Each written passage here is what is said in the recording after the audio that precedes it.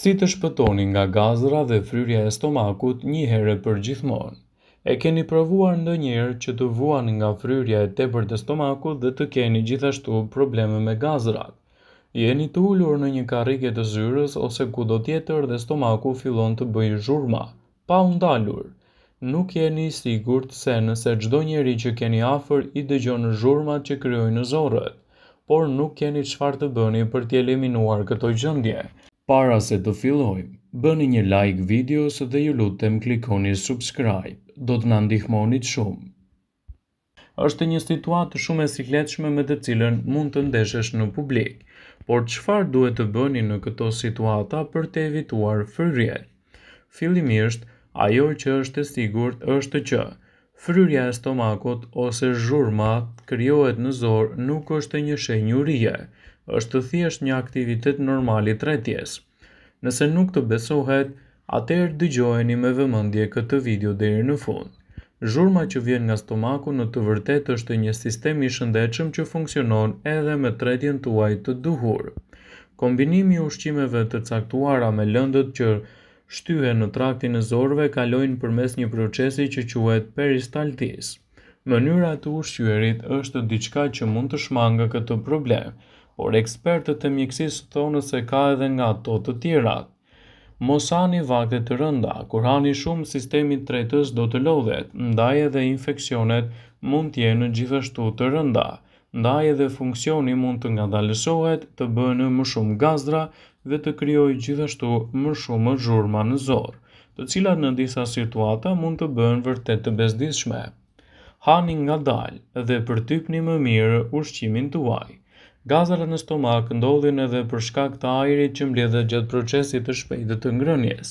Sa më e shpejt që të çohet ushqimi në stomak, aq më shumë ajër do të thithë ai, dhe do të dërgojë gjithashtu më shumë probleme me fryrjen, çka mund të ndikojë në shumë procese të organizmit dhe ta rëndojë atë gjithmonë më shumë. Ndaj, tregoni më shumë vëmendje me përdorimin e këtyre situatave. Shmangni ushqimet që shkaktojnë probleme me gazrat. Produktet ushqimore që shkaktojnë gazra duhet të eliminohen për shkak se shtojnë problemet me stomakun.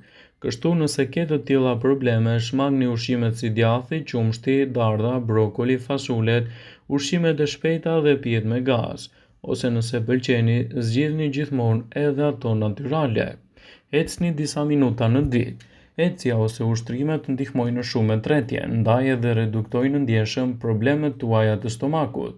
Sigurohuni t'i bëni përzgjedhje të duhura të dietave tuaja për të evituar gjithashtu edhe problemet që mund të shkaktojnë gazra dhe fryrje të pakontrolluara të stomakut. Gazrat, siç të gjithë e dimë, shkaktojnë fryrje, madje edhe diare që vijnë për shkak të përtypjes së dobët, konsumit të ushqimeve që fermentohen, tymit të duhanit, gjithashtu edhe cilësisë së dobët të ushqyerjes. Dhjami i barkut megjithatë është ai për të cilin me të vërtetë duhet të shqetësoheni sepse mund të krijojë dëme në tru dhe sëmundje të shëndetit kardiovaskular. Por cilat janë shkaqet kryesore të fryrjes së barkut dhe çfarë duhet të bëni për të eliminuar këto shqetësime, gjithashtu edhe për të evituar komplikacionet që i kanosen shëndetit tuaj tretës. Nëse jeni një person që keni fryrje të vazhdueshme të barkut, duhet të tregoheni më të kujdesshëm me ushqyerjen tuaj, të përzgjidhni ato produkte që ju ndihmojnë më shumë. Shkaku i parë i fryrjes është padyshim edhe keq ushqyerja. Nëse ju jeni një person që vuani vazhdimisht nga fryrjet e barkut, duhet të rregulloni dietën tuaj dhe të evitoni nga dieta juaj ushqimet për të cilat keni intolerancë. Për shembull, mund të zvogëloni edhe produktet e laktozës dhe glutenit nga dieta juaj, pasi siç dihet mund të përmbajnë ndikues të drejtpërdrejtë në situatat tuaja specifike dhe këto ushqime mund të jenë intolerancë e shtuar për dietën tuaj. Ndaj, evitojeni ato nga dieta juaj. Shkaqe të tjera të fryrjes së barkut mund të jenë marrja e tepërt e alkoolit, gjithashtu ushqimet jo cilësore, disa lloje të problemeve të zorës së trashë, krijimi i një inflamacioni të thjeshtë të zorës së trashë, gjithashtu edhe probleme të ndryshme të kolitit. Ndaj nëse jeni një person që keni këto komplikacione, simptomat e barkut të fryrë mund të krijojnë vështirësi edhe në qarkullimin më të mirë të lëndëve ushqyese. Një nga simptomat kryesore kur bëhet fjala për barkun e fryrë është rritja e pjesës së vëllimit në pjesën tuaj të belit, që mund të krijojë gjithashtu komplikacione të menjëhershme dhe situatat mund të vështirësojnë shëndetin tuaj.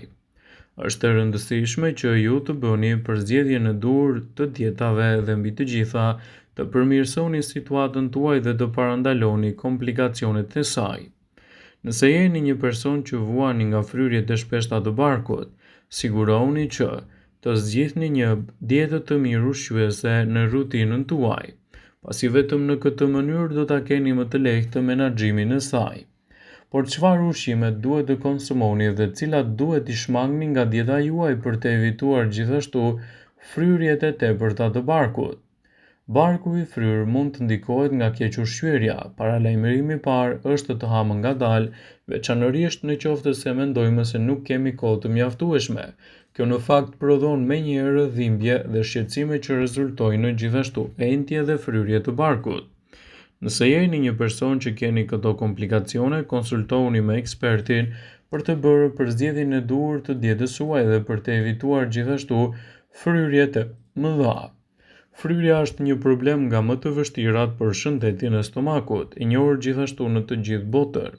Përshkrimi i njerëzve për këtë simptom mund të jetë i ndryshëm, por shqetësimi kryesor është gjithmonë i njëjtë. Ndjenja e rritjes së presionit abdominal. Kjo mund të shoqërohet me shumë probleme të tilla të stomakut, si sindromi i zorës së stresuar, por mund të jetë edhe një mënyrë e pavarur pas një vakti të rënd ose një diete të gabuar. Ne gjithmonë përpiqemi të ofrojmë mënyrat më të mira për të kujdesur për shëndetin tuaj. Prandaj në këtë video do të rendisim disa mënyra për të shpëtuar nga fryrja e barkut dhe për t'i ardhur në ndihmë shëndetit tuaj, për të evituar gjithashtu komplikacione dhe për të sjellë rezultatet e duhura në sistemin tuaj tretës. Nëse vuani nga fryrja e barkut, si fillim tregoni më shumë të kujdesshëm me ushqyerjen tuaj. Ju mund të parandaloni fryrjet e barkut duke ngrënë edhe pjesë të vogla të porcioneve.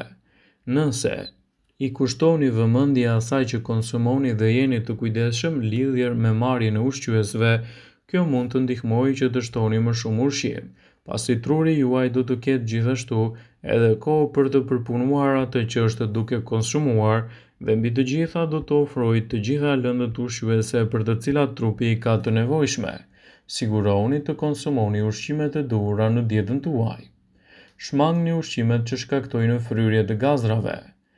Nëse doni që të mbani larg fryrjet e barkut, shmangni ushqimet që ju shkaktojnë fryrje dhe gazra. Lakra jeshile dhe brokoli janë me të vërtetë të pasura me lëndë ushqyese, por te disa persona ato mund të shkaktojnë më tepër fryrje dhe krijojnë vështirësi edhe me kalimin poshtë të gjitha mineraleve. Tregoni më shumë kujdes me sasinë e kripës që shtoni në dietën tuaj, pasi mund të ndikojnë negativisht në situatat tuaja dhe të krijojë gjithashtu edhe komplikacione të shëndetit tuaj. Nëse jeni një person që të keni gjithashtu më pak nga këto shqetësime, tregoni më të kujdesshëm me ushqyerjen tuaj. Rezultatet e ekspertëve citojnë gjithashtu se mund t'i japin edhe një mbrojtje më të mirë nëse tregoni kujdes me kripën.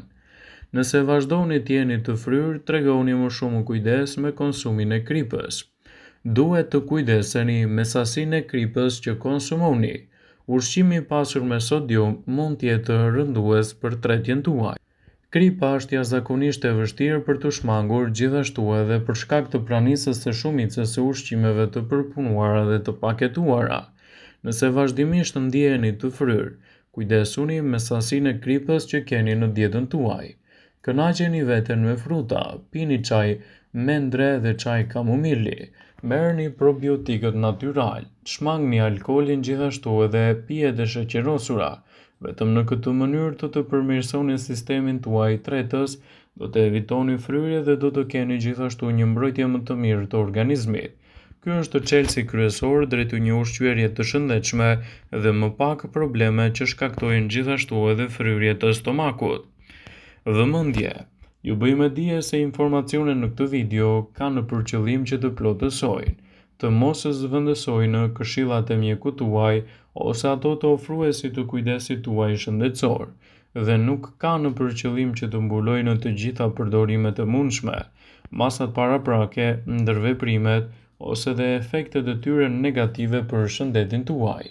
Pasi ta dëgjonit këtë video, do ju ftoja t'i bënit like dhe ta shpërndanit atë në profilin tuaj në mënyrë që të informohen edhe miqtë e tu.